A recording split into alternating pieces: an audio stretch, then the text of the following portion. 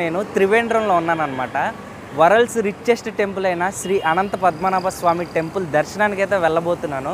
So present అయితే నేను మా హోటల్ రూమ్ దగ్గర ఉన్నా. ఇక్కడ నుండి టెంపుల్ 2.4 కిలోమీటర్స్. మనం ఆ 2.4 కిలోమీటర్స్ ఆటోలో వెళ్దాము. పదండి వెళ్ళిపోదాం. అన్న కోవిల్ ఈస్ట్ ఫోర్ట్ రోడ్డు ఆటో వచ్చింది. ఆటో ఎక్కాను. ఈస్ట్ ఫోర్ట్ రోడ్డు ఇక్కడ నుండి 40 రూపీస్ ఛార్జ్ చేస్తారనమాట ఆటోలో ఈస్ట్ ఫోర్ట్ రోడ్డుకి. పదండి వెళ్ళిపోదాం.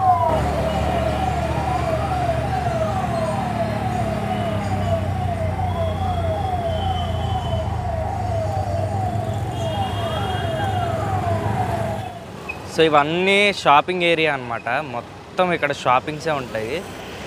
సో అక్కడ మీకు కనబడుతుంది ఫోర్ట్ గేట్. అది అక్కడే బస్ స్టాప్ ఉంటుంది మనకి. సో ఇటు సైడ్ అంతా సిటీకి వెళ్ళడానికి దారి అనమాట.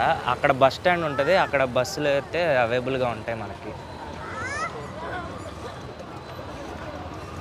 సో టెంపుల్ నుండి మనకి ఈ రోడ్లో వస్తే ఇక్కడ గణపతి స్వామి టెంపుల్ ఉంటుందన్నమాట. సో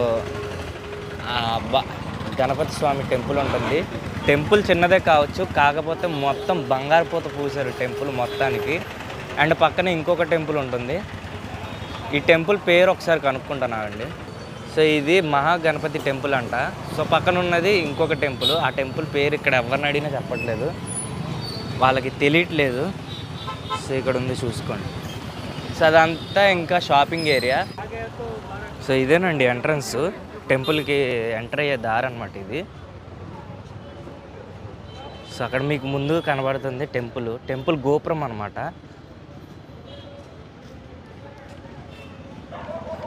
పక్కనే ఒక తీర్థం ఉందండి. ఇది పద్మనాభ తీర్థము. ఒకప్పుడు ఇందులో స్నానం చేసి దర్శనానికి వెళ్ళేవాళ్ళు, కాకపోతే ఇప్పుడు అలౌ చేయట్లేదు అనమాట. పరశురాముడు వదిలిన బాణానికి ఈ తీర్థం ఏర్పడిందని ఇక్కడ వాళ్ళు చెప్తున్నారు. మీరు ఒకవేళ త్రివేంద్రం వద్దాం అనుకుంటే డైరెక్ట్ టెంపుల్ దగ్గరికి వచ్చేయండి. ఇక్కడ డార్మెటరీస్, హోటల్స్ టెంపుల్ దగ్గరే చాలా ఉంటాయి అన్నమాట. టెంపుల్కి బయట మాత్రం తీసుకోవద్దు, ఆటో ఛార్జెస్ విపరీతంగా ఉంటాయి ఇక్కడ.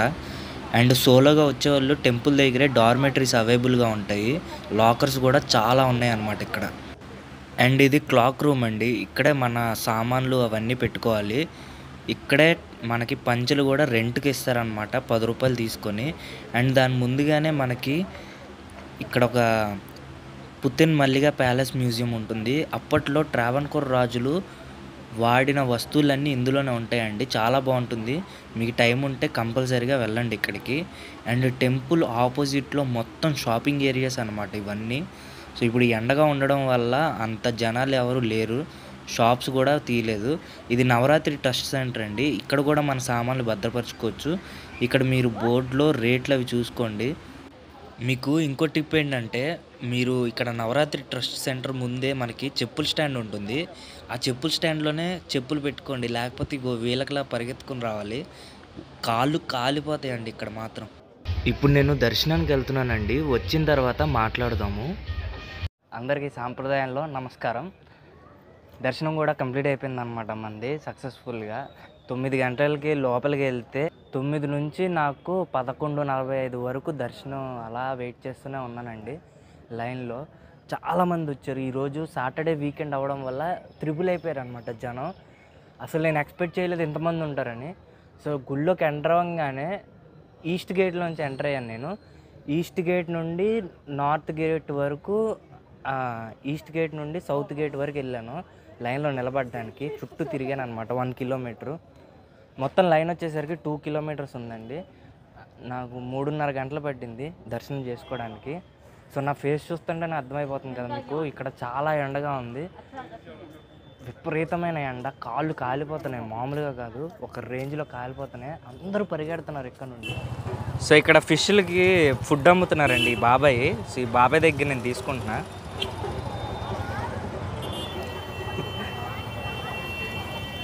సో అక్కడికి వెళ్ళి మనం ఫిషెస్కి ఫుడ్ వేద్దాము. ఫిషెస్కి ఫుడ్ తీసుకున్నానండి, ఇందాక చూపించాను కదా. సో ఇప్పుడు ఈ కలిపేసి వేసేయడమే అనమాట. సో ఇక్కడ చాలా రకాల ఫిషెస్ అండ్ పావురాలు కూడా ఉన్నాయి మనకి కింద. సో పావురాలకి అండ్ అక్కడ తాబేలు కూడా ఉంది. ఆ తాబేలకు కూడా ఫుడ్ వేయాలి మనం. సో మీరు కూడా సో మీరు కూడా చూడండి, ఫుడ్ తీసుకోండి, ఇక్కడ 10 రూపీసే. పద్మనాభుడిని దర్శనం అయిన తర్వాత తిరగడానికి చాలా ప్లేసెస్ ఉంటాయండి లోకల్లో కవర్ చేయడానికి. అరిమల్ల Shiva temple, Kovalam beach, elephant rock, golden sand beach, చాలా ప్లేసెస్ ఉంటాయండి. ఈ ప్యాకేజ్ అన్నిటికి కలిపి టెంపుల్ దగ్గర బేరాలు ఆడతారు ఆటో వాళ్ళు.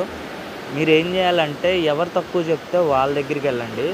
సో ఒక్కొక్కరు 600 చెప్తారు, ఒక్కొక్కరు 800 చెప్తారు. సీజన్ బట్టి మారుతూ ఉంటాయి అన్నమాట. నాకు 800 చెప్పారు, 600 చెప్పారు. కాకపోతే ఇవన్నీ నేను ఇప్పుడు కవర్ చేయనండి, నెక్స్ట్ టైం వచ్చినప్పుడు కవర్ చేస్తాను. ఇప్పుడు కొద్దిగా బడ్జెట్ కూడా ప్రాబ్లం అన్నమాట, మనకి బడ్జెట్ ఎక్కువైపోతుంది ఇవన్నీ కవర్ చేస్తే మనకి. అందుకనే ఇది స్కిప్ చేసి ఇక్కడ నుండి నేను వార్కలాకి అయితే వెళ్ళిపోతాను. సో నా ప్లాన్ అదే అనమాట, వార్కలా వెళ్దామని. ఇంకోటి ఏంటంటే నాకు ఇన్స్టాగ్రామ్లో మెసేజ్లు పెడుతున్నారండి, అన్న తిరువనంతపురంలో డ్రెస్ కోడ్ ఏంటి అని. తిరువనంతపురంలో డ్రెస్ కోడ్ మగవాళ్ళకి పంచ కండువా, పంచ అయితే కన్ఫామ్గా కట్టుకోవాలి, మోడర్న్ డ్రెస్సులు అయితే అలౌ చేయరు. అండ్ ఆడవాళ్ళకి పంజాబీ డ్రెస్సు, శారీ, పంజాబీ డ్రెస్ వేసుకున్న కింద లుంగి లాంటిది కట్టుకోవాలన్నమాట లేడీస్ అయితే. ఇది మాత్రం మస్ట్ అండ్ షుడ్గా ఫాలో. వీడియో అయితే అంతేనండి. సో ఆ వేడికి తట్టుకోలేక నేను మళ్ళీ నా రూమ్కి అయితే వెళ్ళిపోతున్నా. ఈ వీడియో నచ్చితే లైక్ చేయండి, షేర్ చేయండి, సబ్స్క్రైబ్ కూడా చేసుకోండి. ట్రావెలాగర్ లిక్కిని కొద్దిగా సపోర్ట్ చేయండి. మనం వీడియోస్ పెడుతున్నాం కానీ మనకంత రీచ్ రావట్లేదు. సో చాలా ఎఫర్ట్స్ పెడుతున్నాను అనమాట నా వీడియోస్ కోసం నేను. అండ్ మనం తిరువనంతపురం నుండి ఇంకొక మంచి డెస్టినేషన్కి అయితే వెళ్ళబోతున్నాం రేపు. ఆ వీడియోస్ కూడా మన ఛానల్లో కన్ఫామ్గా వస్తాయి. అందరూ లైక్ చేయండి, షేర్ చేయండి మర్చిపోకుండా.